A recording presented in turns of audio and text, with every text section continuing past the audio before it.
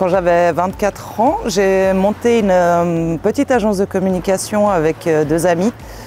Et plus tard, après 3-4 ans, je suis partie, je me suis spécialisée, moi, dans le domaine médical, scientifique, technique. Et donc j'ai développé ma propre activité à mon compte. Et là, j'ai plutôt travaillé pour des startups, spécialisées dans l'innovation. C'était passionnant. Ça faisait tellement d'années que je travaillais comme indépendante, c'était vraiment quelque chose qui tournait tout seul, tout se passait bien. Un jour, en faisant du sport, je me déchire le ligament du genou.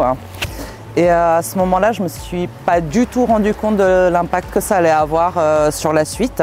En fait, c'est 3 mois à ne pas pouvoir marcher, à ne pas pouvoir aller faire toutes mes visites chez les clients. Je n'avais pas repoussé ou diminué mais le nombre de projets et de mandats que j'avais, je continuais à faire tourner mon business et j'ai pas du tout ralenti. Et en fait, ça n'a pas manqué 6 mois après mon opération, du jour au lendemain comme ça, bam, burn-out. Je me dis bon, je vais vivre sur mes réserves pendant 1 mois ou 2, le temps que je me repose, que je me remette. Mais ce que je pensais être 1 mois, 2 mois, en fait, ça a été 4 mois, 5 mois, 6 mois, 7 mois. Et à un moment donné, je commence à regarder mes comptes. Et je me dis, OK, dans 2 mois, j'ai plus de quoi payer mon loyer, j'ai plus de quoi payer mes assurances maladie, il faut que je réagisse. Je me dis, je ne sais pas où aller, je ne sais pas qu'est-ce qui existe pour les indépendants.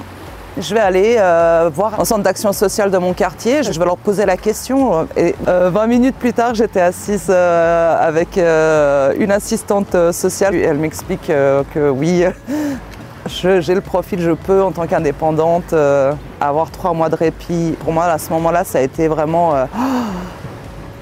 soulagement. Mon assistante m'a aidé à trouver un stage d'abord vraiment dans le but de tenter le coup, d'essayer de voir ce que c'est d'être employé. Et finalement ça s'est bien passé.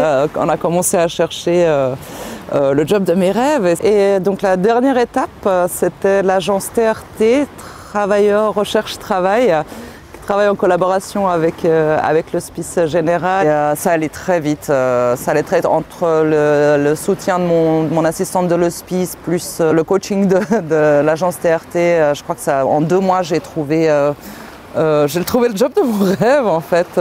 Si je l'ai trouvé, c'est aussi parce qu'on m'a laissé le temps et la place de le chercher, de le trouver. Et ça vraiment, je pense que ça n'aurait pas été le cas via une autre institution. Alors je travaille chez Médecins Sans Frontières depuis 3 ans, je rentre dans ma 4e année. Ça se passe très bien. Je suis vraiment contente, ça me convient parfaitement. Toujours dans la communication, jamais très loin du médical. C'est un super poste, je suis très contente. Ça peut arriver.